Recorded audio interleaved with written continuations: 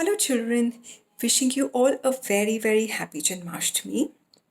I hope you ate a lot of sweets and you continue to be as naughty as Lord Krishna was.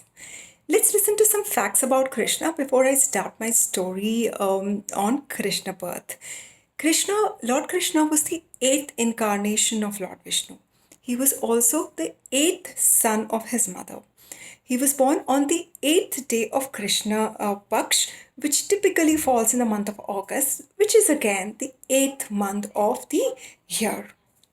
So let's listen to a story about Krishna birth. Long, long time ago, there was a king called Ugrasen. He had two children, Kans and Devki. Kans was a very, very cruel man. He prisoned his father just because he wanted to become the king of the Mathura. None of the people in Mathura liked him.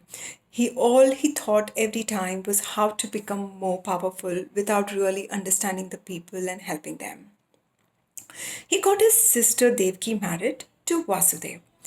During the day of marriage, when they were going in a chariot, a voice came up from the sky and said, Kans, your rule has to end.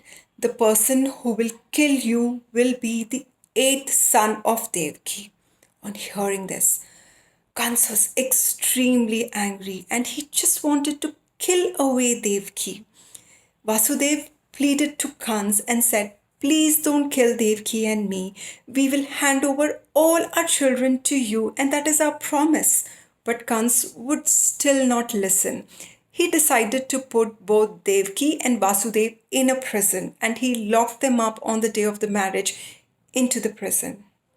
One by one, a child was born to Devki, the first, the second, third, fourth, fifth, sixth, and the seventh.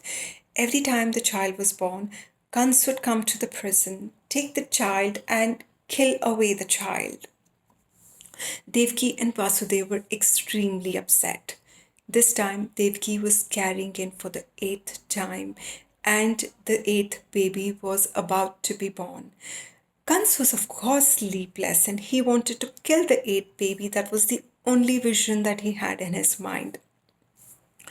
On the dark night, on a rainy, dark night, the eighth baby for Devaki was born. As soon as he was born, there was a sparkle of light in the prison. All the guards went away to sleep. The chains with which Devki and Vasudev were born automatically broke.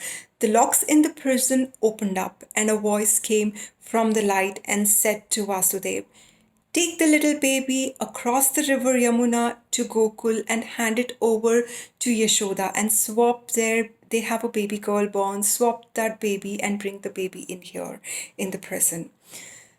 Vasudev did exactly as he heard the voice said.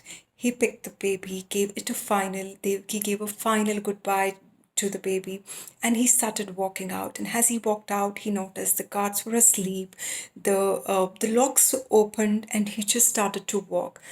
As he started to walk, he reached the river Yamuna. He got into the river Yamuna, but the river was really, really deep.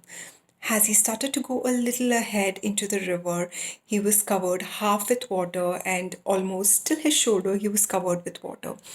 And the water touched the feet of the baby.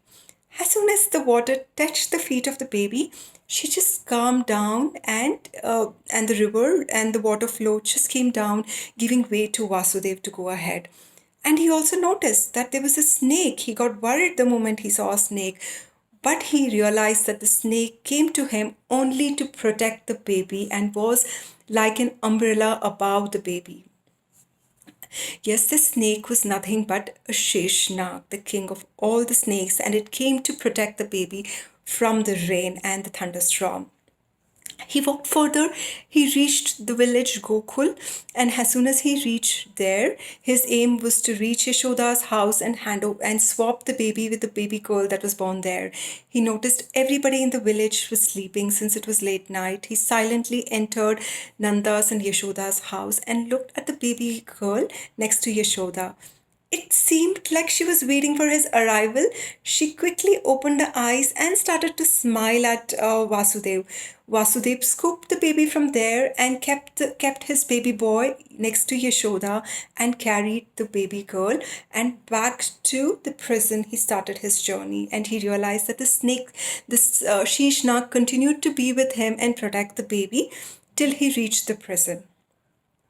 He reached the prison and again he saw the guards were all asleep. And the moment he just reached Devki and left the baby next to Devki, she started to cry loudly. And the moment she cried, the guards were awake and went running to Kans to tell him that the baby was born.